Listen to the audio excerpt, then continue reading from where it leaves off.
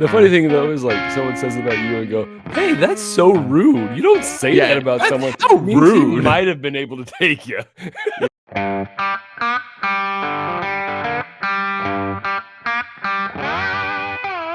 Welcome once again to Chill Filtered, the podcast where we drink whiskey, so you don't have to, but you probably should. You probably are, and that's why we like you. On this week's episode, we have the whiskey that beat Russell's 13. We're finally drinking McCormick Platte Valley Corn whiskey, and all we had to do was put it up against Russell's 13. Yeah, my people spoke. Yeah, I spoke. My people listened, and here we are speaking again, so they can listen. Anyway, before we get to any of the whiskey stuff, I just want to say, hit us up on Instagram or patreon.com/chillfiltered. If you want to chit chat, you can also email us at chillfilteredpodcast@gmail.com. That's enough. How you doing, Cole? How are you? I didn't even think of this before the podcast. Doing good. Yeah. Good week. I took my exam since we last recorded. Yes. Right? Okay. Yeah. Yes. I believe it was the day before we recorded. Or the day before I took my exam. We did do the drink along that Sunday after too, though. Yes. So that might be what you're thinking. Yeah. So it was it went well-ish. I still don't think I passed. Yeah. But it was surprisingly more attainable than I thought it was. Ooh. So, and then, so it felt like good. Like, it was like, oh man, I kind of know the answer to this for the most part. And they do offer, like, this kind of exam has multiple types of answers you can get. You just have to defend why you chose this route as opposed to this route. Like, you always have to, like, say, there might not be one answer for most of the questions. So you have to say, well, I chose this method instead of the other method because this is why, and you'll get like partial credit if you're still wrong here or there. So yeah, it was surprising to me. I was kind of annoyed, to be honest, because I felt less prepared for this exam than I did like a year ago. I felt more prepared last time. If I had taken this exam last year, I think I would have passed, which sucks. Because it's just like, I put in so much time. And but sometimes you get a little easier than others and stuff like that. So that's what's up, whatever it is. But otherwise things are good. We enjoyed Halloween this week. Yes. And how was that? That was super fun. Beck was loving it. She looks super cute. I know, right? She loves handing things out to people. So like when there were only like, I'm serious. There were only like 3, maybe 4 kids that came to our door. And I think that was a total of 2 visits. Like there was one solo kid and then there was like a group of 2 or 3 that came to our door. We're kind of in a neighborhood where there's a lot to walk. Like we have long driveways and the houses are split up enough where kids won't prioritize our neighborhood. Yeah. So the kids that did show up, Beck was loving it. She was like, here, have some candy. Because she's I wouldn't call her like generous because I don't know if she understands completely what it is, but she loves sharing. She loves like handing things to people. And so it was super cute. And she was the hungry little caterpillar, a very hungry caterpillar, and adorable. And I think I got to show you, Robby. Or no, did you see the post on Instagram that was like the Beck's Instagram? Yes, I did. Like me and her. Oh my goodness, like she is adorable. Adorable. So I love being her daddy. And otherwise things are good. I did realize Christmas is coming, man. Like quick. The goose is getting fat. Please put a penny in the old man's hat.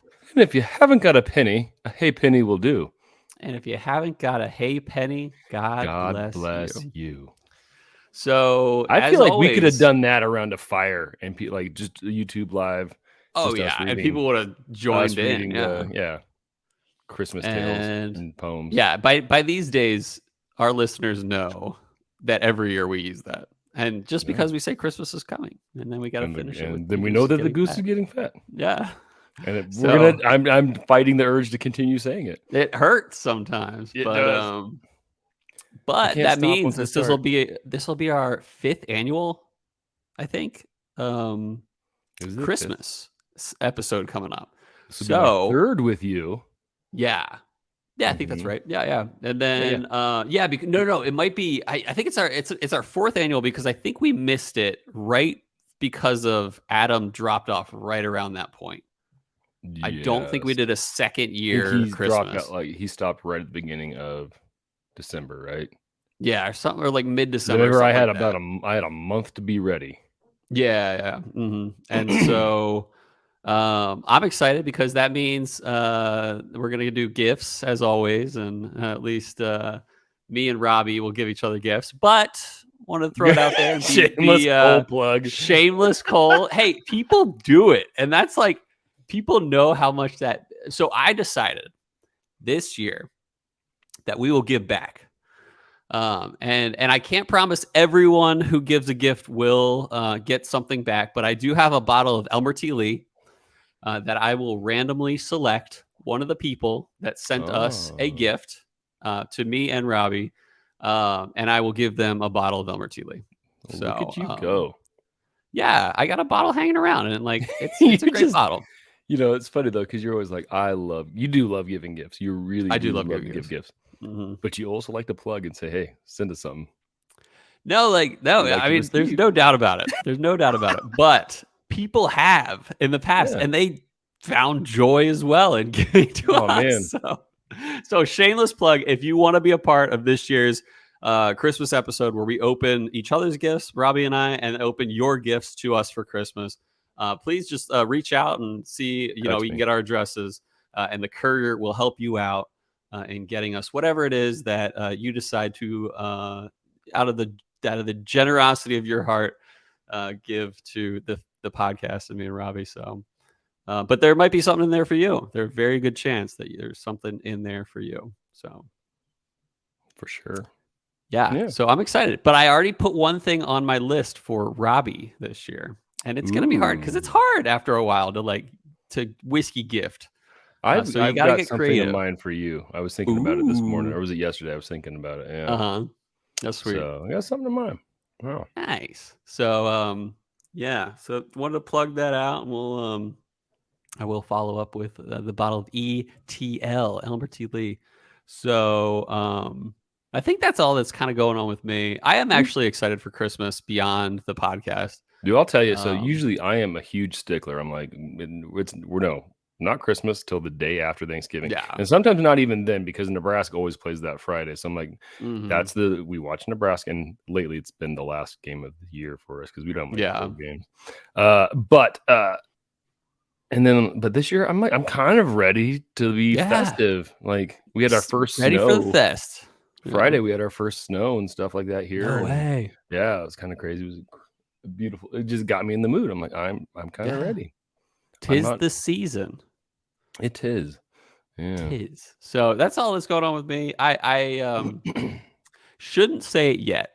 No, I probably shouldn't say it at all. But there is potentially. No, I won't say it at all. But I'm excited for what we're giving my nieces for Christmas this year. So I can't say it, can't talk about it. Well, all right. But that's like one of the things that's been on my mind, and I'm just like, they're going to be so stoked about their Christmas gift. So good. But it's like it's a month and a half away, Christmas, and I'm loving that. I love Christmas. Mm-hmm. So I got a Christmas gift already. Speaking of how I'm doing, I got a Christmas gift from Chelsea already. She got me a KitchenAid stand mixer. I love KitchenAid stand mixers. Yeah, my pizza game. It's nice. So much more simple. You got the hook. Got the dough hook. Yeah. Got the whisk thing. Mm-hmm. It's all good. Yeah. I'm excited. Yeah. That's sweet. Do you have a larger one or kind of the base one? The 6-quart. I think that's the larger one. Yeah. Is it the one with like the arms? Yep. Oh, I know they do. They know they do like the 3.5 one, and we got the 6. So I'm happy. That's sweet. Good for you. Hey, I can't wait to come over and have some pizza. Oh yeah, pizza. I am not good, man. I tell you, I got a cold, like rough Halloween night. Like we're out trick or treating with the girls. And I feel it coming on, and it's dragging on. I think it's turning into a sinus infection. I'm just like, I had a dream last night that I woke up and checked Instagram, and you'd posted no episode this week, and I was like, that's okay by me, because I don't know, I'm struggling a little bit here. So yeah, but I think when Chelsea's friends is going to be able to call me on some antibiotics. So I should be on the mend soon. But no, Halloween was fun. Nice to be connected to providers, medical providers. Yeah, it's so nice. Like, it's hard to get an appointment with anyone these days. It can be. But yeah, no, it's crazy because like she'll just be like, "Oh, I got to call this for so and so," because like they just know. And so, but no, Halloween was a lot of fun. Went trick or treating with the girls.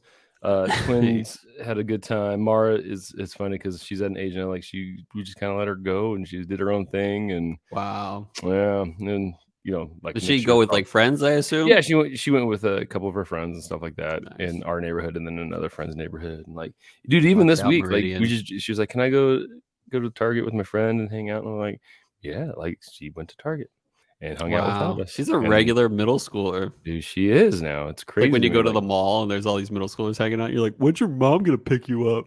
Yeah. No, it's just crazy because I'm like, and I'm a very protective father. Mm-hmm. And so it's hard for me to let go. I'm like, okay, that's normal stuff that she needs to be doing, and you need to let her. I think even too, like the way COVID was too, like we were so much like, no, like we're just not doing much of anything. Like, don't even ask. Yeah. So it's hard to like made it easier. Had those walls up anyway. So, but yeah, so that's about it. I don't know, man. Snowed, been raking leaves. Fall is in full effect. I got a nice little amber glow from the oak tree in the front yard coming through the windows. It's wonderful. It's a beautiful thing. I'm getting a nice amber glow from the whiskey I got aging in oak. You know what I'm saying? Oh, yeah, bro. What are you drinking? What's your I'm actually entry buzzing on the 2020 Distiller's Cut of Del Bach. 2020 Fall Distiller's Cut, which was the one that I said had a nuclear explosion of flavor. And it was partially aged in like tequila barrels as well as, let's see. That is nice. Yeah, extra añejo tequila barrels, bourbon, and new charred oak. They did good stuff over there at Del Bach. If you haven't heard from us ever, you haven't really listened to anything. If you haven't, we're going down. We're going to be in Phoenix. Yeah, and I'm like, it's only like an hour and a half away. My wife's like, no, we're not there for the weekend. And when are you going again? December 3rd. That weekend, the first weekend in December. So, what if I made it interesting for you? And, we've been talking to the CEO of Hamilton Distillers, and he's like, we got to see if we can get some stuff out to you. What if I said that whiskey depended on it, and he were able to get you a Sentinel Rye as well as a Distiller's Cut if you went down to... so talk to Chelsea. I'm going to say you're running up the wrong flagpole here. I'd salute that, but I don't know if she will. That's true. I didn't even think of that. So yeah, they're doing their Sentinel Rye, which is like super cool, like a Southwest spin on rye whiskey. Let's put those feelers out, and we'll see how it goes. Yeah, because I know the guys we're going with, like they enjoy like Chuck Westerberg, Patreon, nice, beautiful looking man. We're going with him and my friend John Ruprecht. Come visit Arizona, but when I'm gone, you skip Virginia. Well, truth be told, we were planning on coming to visit you in Arizona, but then COVID happened. Yeah. So didn't happen. But you're also planning on coming to visit me in Virginia. But then we decided to go to Mexico to get COVID. So there you go. That's right. Yeah. It's all COVID related. Oh, man. It all comes back to COVID. But anyway, Cole, can I commend you for a second here? Mm-hmm. This episode is on your shoulders, and you are doing a stellar job. I feel like my energy level is like a 3, and you're like 9.5. Keeping it up, man. Yeah. Not every day do I feel this pepped up. What's the word I'm looking? Chipper, potentially. You're a chipper man. Chipper Jones over here. Say, remember like we used to have like, we've probably had like 2 or 3 episodes where we were both just like, I think part of it too is like we would do it like last thing at night. So like, it was like just tired already, and you'd be like yawning and stuff. But we haven't had any episodes where we're both down for a while. Yeah, I mean, we're down, but we're not down. Oh, we're down with the fun. That's it. Yeah. All right, man. Let's scoot it over. I don't have too much history today. It is, after all, a corn whiskey from a random Missouri distillery, but there's enough where we can talk about some. Well, what do you say? 9.5 to a 2. Yeah, exactly. Poo on it. Yeah, wait till we see the history. So let's go to it for a quick walk break. We'll be right back on this wintry, fall, autumny day, and we'll be right back to talk about the distillery. So here we go to break. And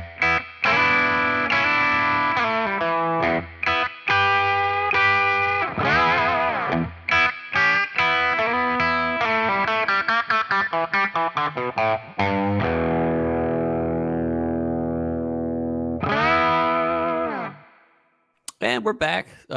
Great walk. Quick shout out to Joel Bradbury, our Tasmanian friend, who decided to reach out to us last night and make some good. I thought you were asleep. I fell asleep midway through. Don't get me wrong. That's what she said. No, yeah, that's pretty good actually. Yeah. And then and he's got a new puppy too. I think another dachshund, which is adorable. I used to love dachshunds as a kid. Dude, wiener dogs, there's nothing better. Another shout out to Nathan Anthony, who not only gave a great barrel pick title and everything, he did the actual sticker. Yeah, for our What Was Stupid Choose last week. He actually created the sticker. And we'll get to that later. We'll talk about that. Maybe we'll even show it a little bit. I've never been so flattered. It's amazing. I know. It was great. So and it is great. I was just honored. Yeah. And so shout out to Nathan Anthony being a baller in that way. So give me a moment, Joel and Nathan. That's good. So yep, I already talked about Christmas is coming, so we'll skip that. So yeah, this is. Have we said what we're drinking? We're drinking. I did. Platte, or McCormick's Platte Valley corn whiskey, also called moonshine on the label, but that's a not analysis. It's a nebulous term. But yes, this is our first McCormick Distilling Company product on the podcast. Yeah, there it is. Look at that. Oh, it doesn't say moonshine on that one. I don't think it does. I've seen some that say moonshine, so yeah, that's good to know. I'm not seeing it. Yeah, we got a jug. This might be our first jug. Like that's like you might as well write like 2 X's on it, like in the old ooh, nice. Like in the old cartoons where it's like you're holding the drunk guy holding the jug that has 2 X's on it or whatever. Anyway, yep, this is our first on the podcast. There's not a lot of history here, but let's talk about what we do have. So McCormick Distilling Company, based in Weston, Missouri. Just a little bit north of Kansas City, actually northwest of Kansas City, and really like directly north of Fort Leavenworth in Kansas. The oldest distillery west of the Mississippi, and not too far west, that is still operating in its original location. Thought that was cool. Oh, that's pretty cool. Yeah. Some of the other, I just want to go into some of Since the other 1856. Yeah, exactly. Mm-hmm. So that's a long time. That's like just barely after the Civil War. So, or no, he said 56, not 65. So yeah, 56. It was before the Civil War. Yeah, that's pretty cool. Other products that McCormick is behind. So they don't make all these things, which is interesting. And you'll see why in a moment, but they are it's almost like they're like some conglomerate that like purchases and stuff. Like they're basically like a wholesaler in a way. But one, they actually have a tequila. And I think I had the name of the tequila. No, I don't have it up, but and it's actually, and tequila needs to be made in Mexico and bottled in Mexico, I believe. And so they have that. They have a gin that was actually made and distilled in England. They have something called a tequila rosé, and this was a very interesting one. Maybe it tastes amazing, but it is a mix of agave and then, quote, other sugar spirits. And then cream, similar to like bourbon cream, where you like add cream to it. And then there's strawberry flavor as well. So it's like tequila, cream, or like a half tequila. That's like what is it? Tequila rose. Yeah. I thought it was tequila rosé. So yeah, rose I'm down with. Yeah, sure. No, either way. I actually I don't speak on the rosé with an accent. Umlauts and exactly. Things like that. Yeah. Heather asked what an umlaut was last night. I'm like, oh yeah, it's like the 2 dots you'll see in like German words and stuff. But anyway, they also have a Triple Crown blended American whiskey. It's kind of aiming for like blended Canadian whiskey, like Crown Royal, but it's called Triple Crown, hence the name. They're kind of attacking that market. But if you check their website, they have a lot of what I would consider low end plastic handle bottle whiskey, or even just spirits. Like, this is the kind of stuff that you like might get a headache from drinking an ounce of. I don't want to be too judgmental, but there's a lot of crap on their website. Like, I don't know. It just doesn't seem high end at all. And they're just putting out a lot of stuff that just sells on the low end of the shelf. Hey, but market. But they do have some other stuff. They do have like, actually, and then the same distillery started making what's called Ben Holiday. It's a bottled and bond bourbon. So they recently started doing that. They have even a white dog of their bourbon mash, which I thought was cool too. I forgot to write that down, but I did look that up. So they also have what we're drinking today in a jug. And Robby, I thought that because you supplied the sample, and because this bottle means something special to you, I figured we could pour out a little for your dad, and maybe you could tell me about what you appreciate about your dad in this whiskey. Well, I will say this. I will get to the details of the whiskey too, for the record, but I thought we could do that as well. Well, I will say this. It's kind of funny because I've been wanting to do this one for a while. Yeah. And pour a little out for me, Pappy. For the homeboy.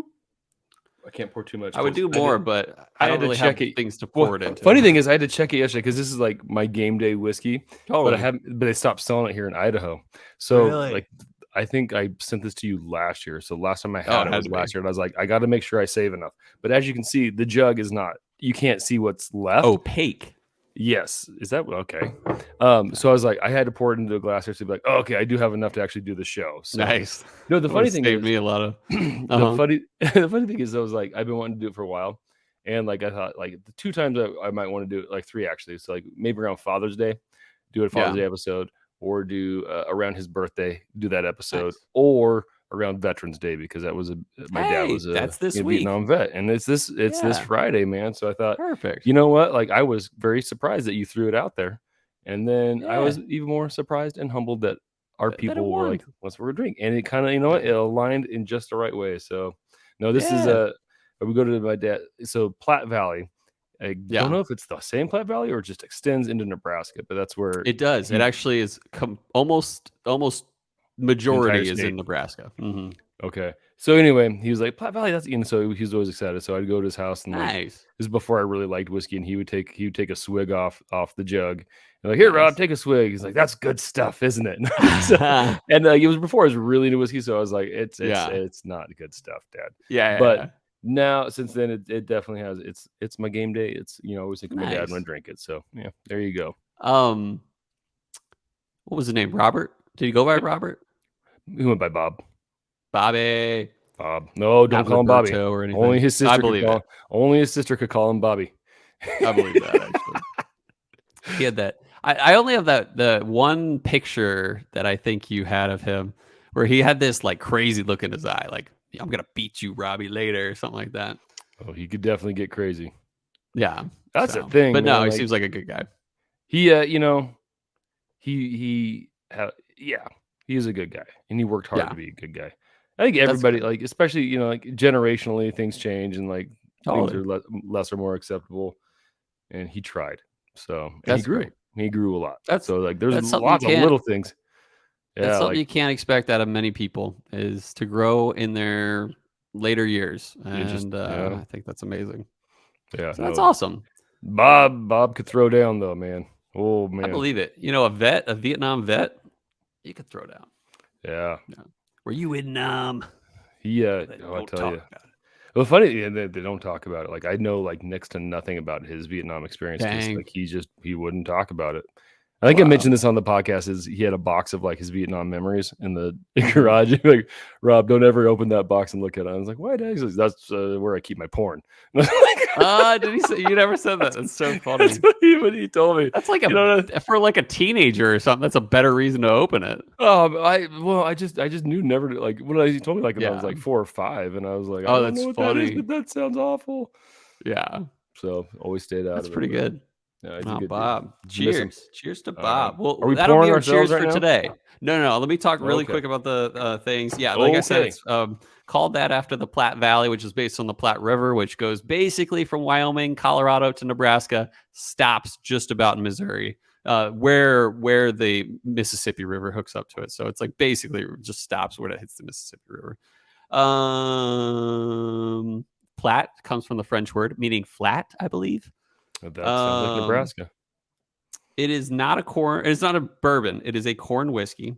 100%. And to be a straight corn whiskey, which it claims to be a straight corn whiskey, it must use a mash with at least 80% corn and be aged in used or uncharred barrels.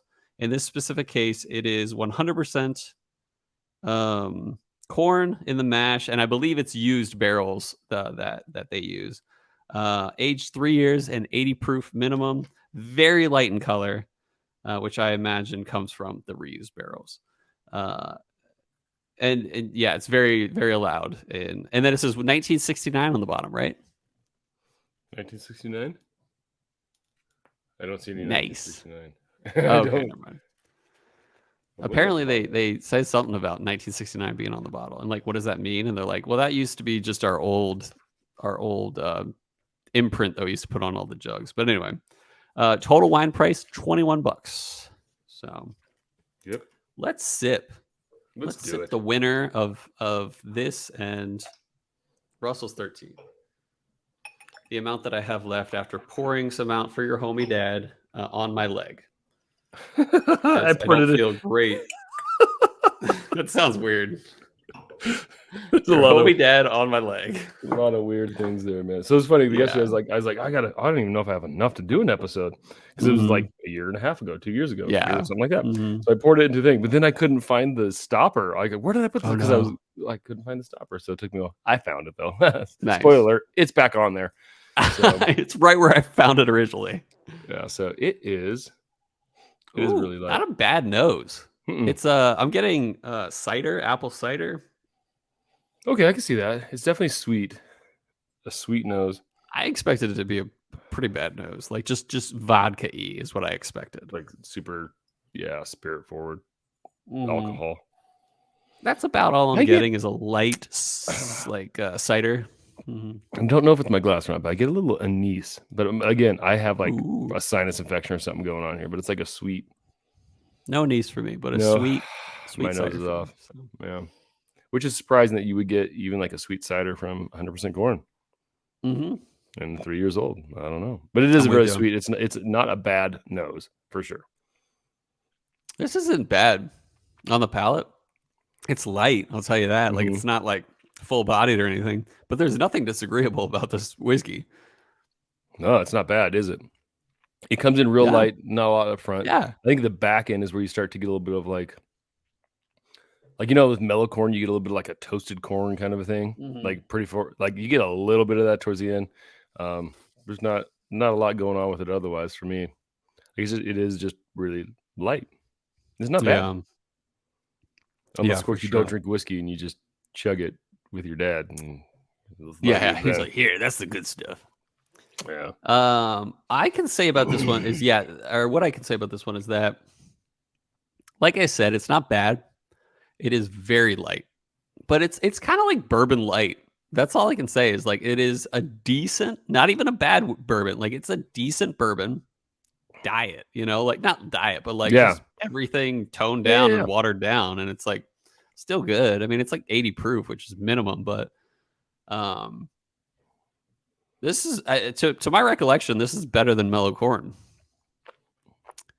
But I don't remember mellow corn that well anymore. I had some mellow corn this week the other night because I was like, I gotta compare it. And somebody guy at my liquor store was like, how many bottles do you want? Because if you keep buying it, I can keep ordering it because it's one of his favorites. Mellow corn, yeah. So mellow corn is a lot more robust. It's got that like really toasty, like and it's 100 proof kind of taste in the front. Yeah. So this is like, I would say this is kind of like the light version of that.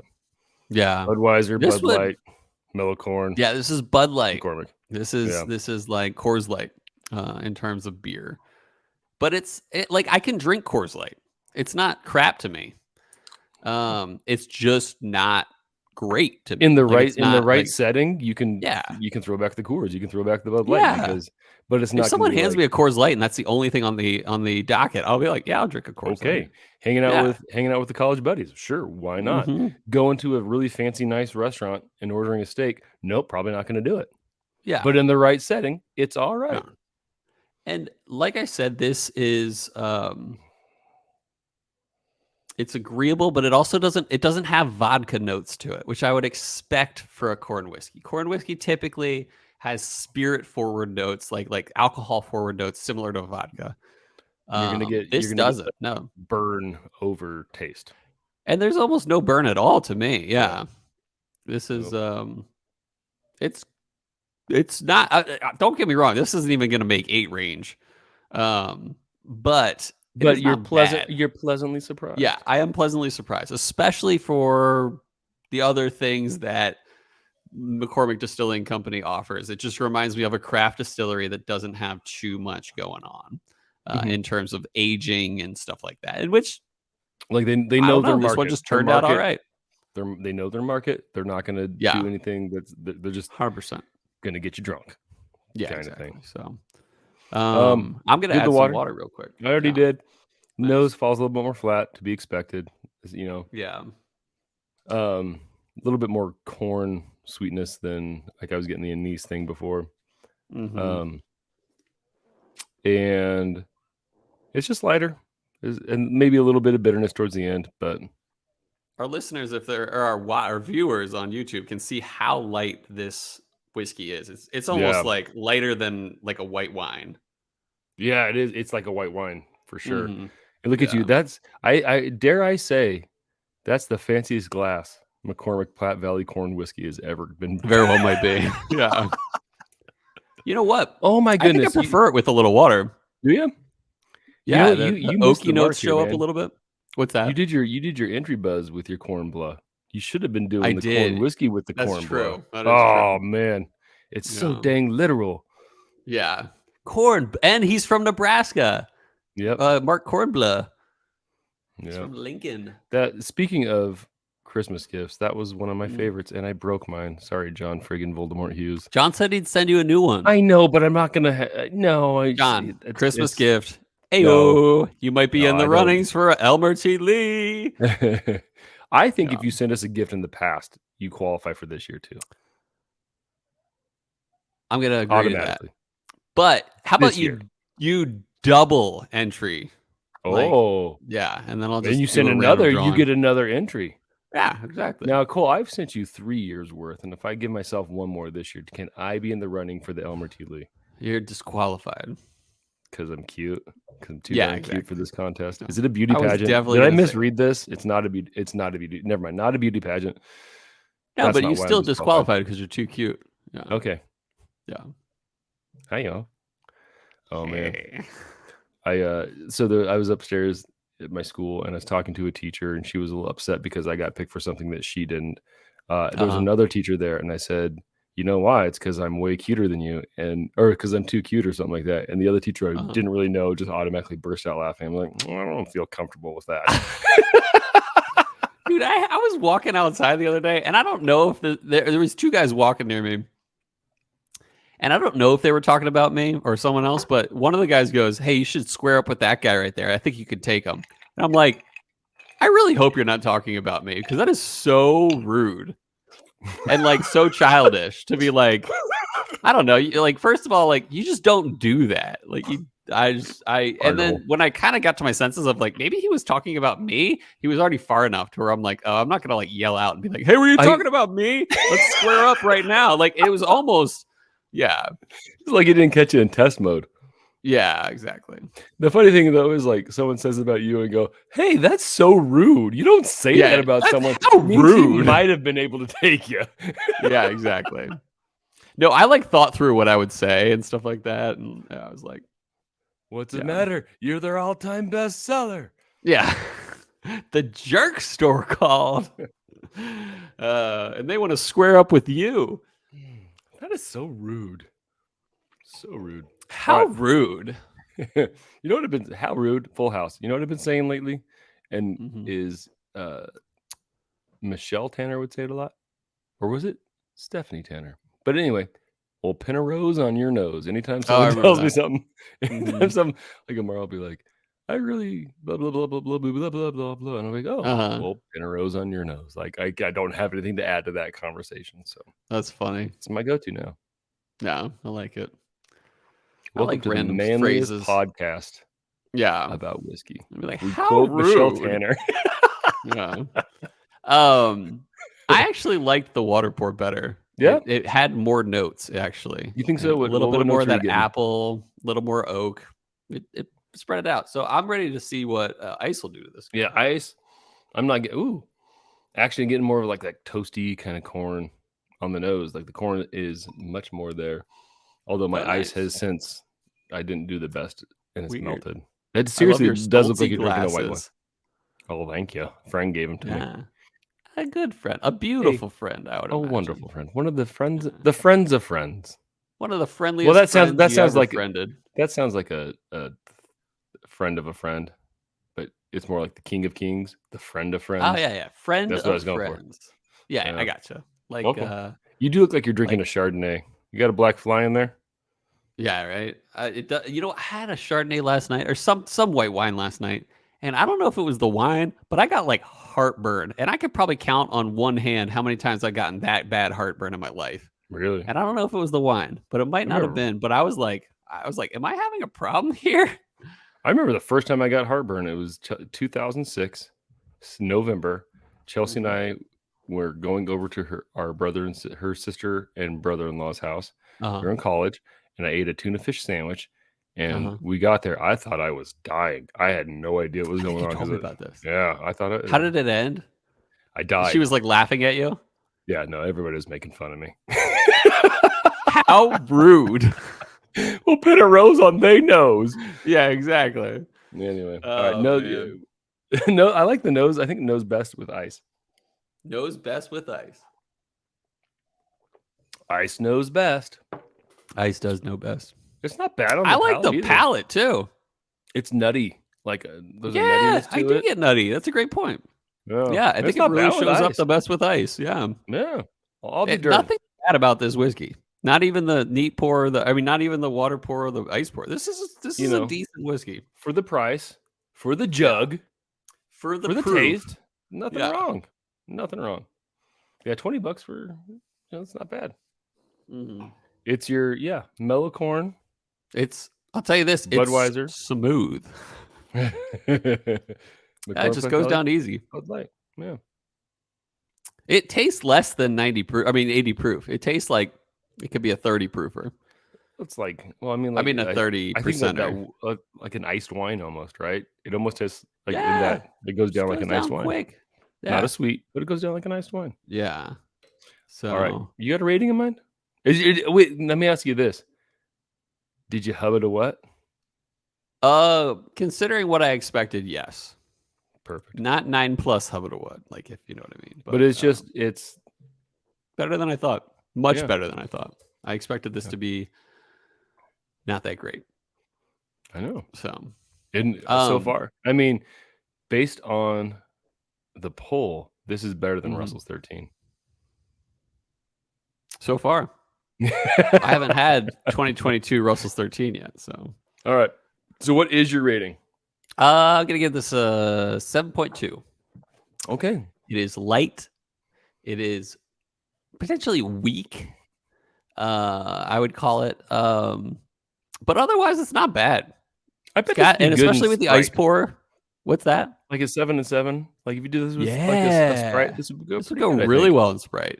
Yeah, I could drink this with Sprite. A little bit like in a ginger beer. It's a diet bourbon. Perfect. Everything about this is light, but it's still not bad. Like I could see this being like some base, like maybe not like Maker's Mark or something, but like something on the base side of bourbon, and then just watered down halfway, and be like, no, this is still good, but it's not potent in any way. But it's not bad. So 7.2. Okay. I give it a 10 in my heart. Yeah. But I'm going to give it a 7.8 7. I like it. Nice. I think my feelings played a little bit into that, but yeah, not bad at all. Yeah, I like that. All right. Are we ready? Should we move it on? Let's move it along to our next segment of the show that we call Whiskey World News.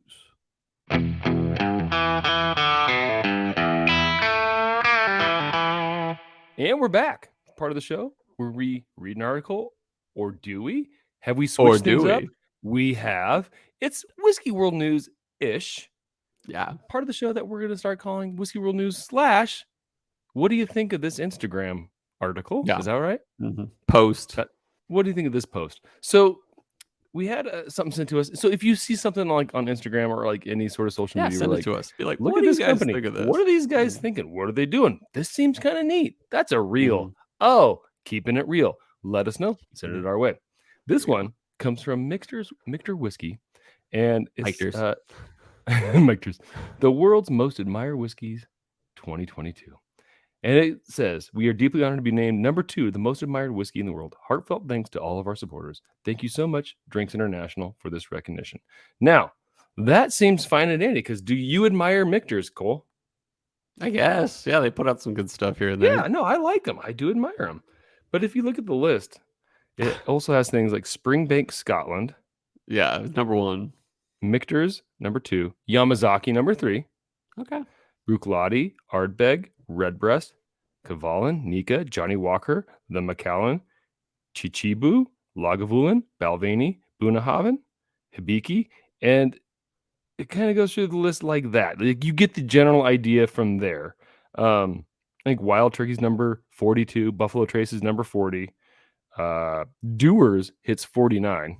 Dewar's hits 49. Four Roses is 48. Nice. And then Spot Whiskey is 50. Ooh. Sorry, Spot Whiskey. Maker's Mark is 19. Wow. Amroot actually hit 25. Oh. So, but that's, I mean, Old Rip Van Winkle 45. Wow. So anyway, can you believe that, Cole? I'll tell you what I think of this Instagram post. This is the stupidest thing. like Marco in AZ sent this to us and was like, what do you guys think of this most admired brand? And I'm like, who cares? Like, there's so many times when I go through like a news feed and I think to myself, who cares? And I don't know. I haven't read too much into this, Whiskey International or something like that. What was the Yeah, it's so dumb. Like, what am I gonna start a new list called the coolest whiskeys, or like the most lovable whiskeys or something like that? It's just like, the most huggable whiskeys. I should start my own list of that, and it would be just as legit and just as admirable as this list of most admired whiskeys. Don't get me wrong, like, I do admire Michter's and pretty much every brand on there, but like, who called Springbank the number 1 admired whiskey? Like, most people don't even know what Springbank is as a distillery. And so that's what I think. I think it is so ridiculous that I don't know. I'm with you to a degree. I like things like this, and if the shoe was on the other foot and it was like most admired podcast and we made a list, I'd feel good. I'd be like, this is a legitimate news source. I appreciate everything's legit. But you look at the list, I'm like, it feels like a guy who really likes scotches. Just do a list together, because like, really, it is like all, and it's heavy on the scotches, which is fine. Like totally. But and why would Springbank be number 1? Like, I get it. I enjoy Springbank. Springbank's a great distillery, but like, number 1 out of the most admired whiskey brands. And the other thing too is like, how does Michter's, which is, I agree. I mean, it's great. I have never had a Michter's. What I do not like, but how does that beat, like, just the name recognition of Pappy Van Winkle, that sort of thing, or Buffalo Trace, I don't know. Maker's Mark, yeah. Anyway, that's that. It's silly. Shall we move it on over? Let's move it on to our next segment. What whiskey would you choose? So let's go over last week's results. All right, what whiskey would you choose? I'll pull out the messages real quick. while you pull out the actual answers. It's several multimedial aspects here. Yeah. All right. So last week, if we ever got respectable enough to a point where we can do a barrel pick and slap our own sticker on it, what whiskey and sticker should we use? And I went with Bushmills Blowed Out Your Beanhole with an awful hand-drawn picture of a Scotch great picture with beans coming out of his blowhole. I'll tell you that. Then Cole went with Delbach Bean Slap, and I just Googled Bean Slap, and it had Mr. Bean in a very scary thing. And Cole won 56 to 44%. Nice. That was close. Now, I will say we had some good write-ins hit here and there on kind of, I don't know if we explained it well enough, but JWPMTL went with, he says we got to go somewhere with Elijah Craig. Marco Nezzi says that was Jason Preston. That's his new. Is that Jason Preston's? Yeah. So he's okay. I got to get used to that. Yeah. Marco and AZ Artbeg Colby Reckon test time. Yeah. I like instead of Corb Reckon, Colby Reckon. And then Madtown Marketer and Embellish Pod went with Delbach because we are fanboys, and it's the right answer. Otherwise, Westward, not necessarily verb. And then Jamie Tedeschi. New guy, I think. Or he's been, or him or her. I got to look it up. I don't know. Have been hitting us up a little more, and we appreciate that, Jamie. But it says we got to go with a Weller Foolproof. But you have just the one to share, right? I have two. I have Joel's and Nathan's. Well, you share those then, buddy. Okay, cool. Save Nathan's for last because Nathan went above and beyond on this project. He's got the extra credit.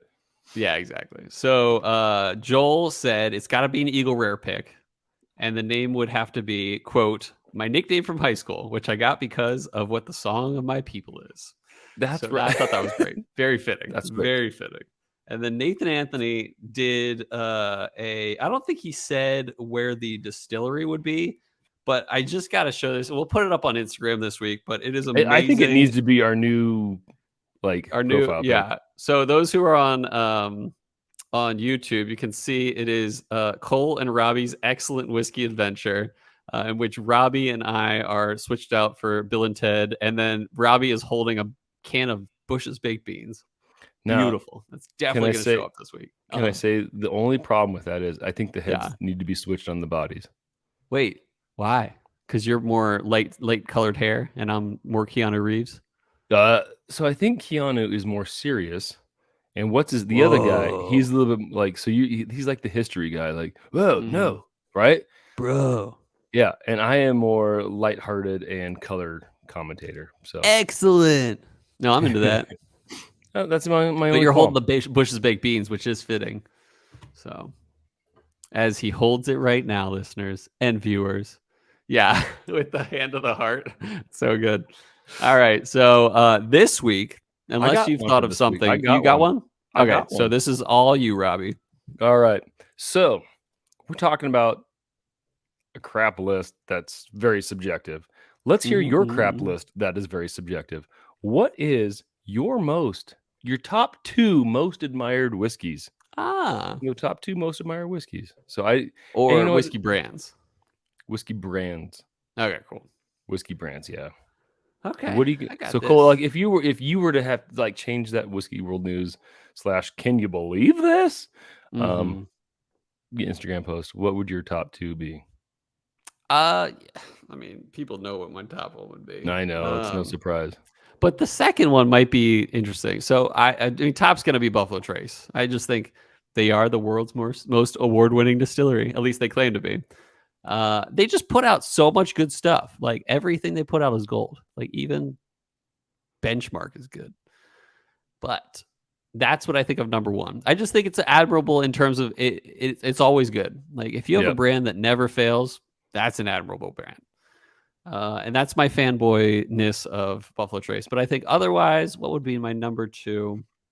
I think you're going to go fanboy. That's where my heart's going. I might not be because I do like Delbach and stuff like that. But I don't know if that's just because I'm a fanboy. I actually do think like Buffalo Trace should be one of the world's most admirable brands. But secondly, let me think about this for a sec. Who's doing good stuff? Maybe this is hard, but I might go like Barrel Spirits. It's a hard one. I'm just gonna go with that just to give my answer. I might think about it later and change my answer, but it's not gonna really make the cut. Okay. But I say barrel because what they're putting out is good stuff. Even though they're sourcing and stuff, they are putting out barrel proof aged stuff, and I think that's impressive. That's admirable, and they're very open about what they are sourcing and where it comes from and that kind of stuff. And they're pretty good at blending. So I think that's admirable. Is that you're sourcing, but you're not hiding it, and you are doing a good job, and everything's barrel proof. So I think that. Yeah. Okay. I am going to be very similar. I think. Nice. I don't know. Maybe it's just because we're North American centric, but I'm going to go Buffalo Trace. I think you have to say they're probably number one, right? They make a lot of good stuff. They make a lot of good stuff, and what do people want? They want their stuff. So they want their good stuff. Yep, and that's how I used to feel when I had hair. People wanted Robby's good stuff when he had hair. No, you still got some good stuff. Oh, you're the best, Cole. And then makes up for it. My next is High West. I think High West is very admirable. They do their own juices. They have their own thing going. Do they own juices? They don't do all their own juice, but they do some of their own juice. They do some of their own. And you know what? Like, I feel like they've kind of got a national market for a westward brand, which is not likely, right? Like, that just doesn't happen that much. So yeah, I admire them. Nice. So there's that. I admire that. All right, so that's that. I'm gonna put up next week. I'm gonna put up Russell's 13 again. No, you watch out. Let's put a good challenger again. So I'm looking real quick at my list of challengers to. Let's do a bourbon, and let's do. Let's do Barrel Armida. Perfect. Ooh, I like that. And that's specifically batch 5, which is 112.82 proof. So Barrel Armida versus Russell's 13. Keep an eye out this week. I think they're both good. They're both potent bourbons. And I have my hopes, but maybe people won't squash it this week. Well, Cole, you know what? I do hope you get what you want. I hope we get Russell's 13 just for you. And I hope one of our listeners gets a bottle of Elmer T. Lee this year. And I hope, Cole, that you do good things. But most of all, good things, people. I hope that our love of whiskey lifted your spirits. Ooh, nailed it.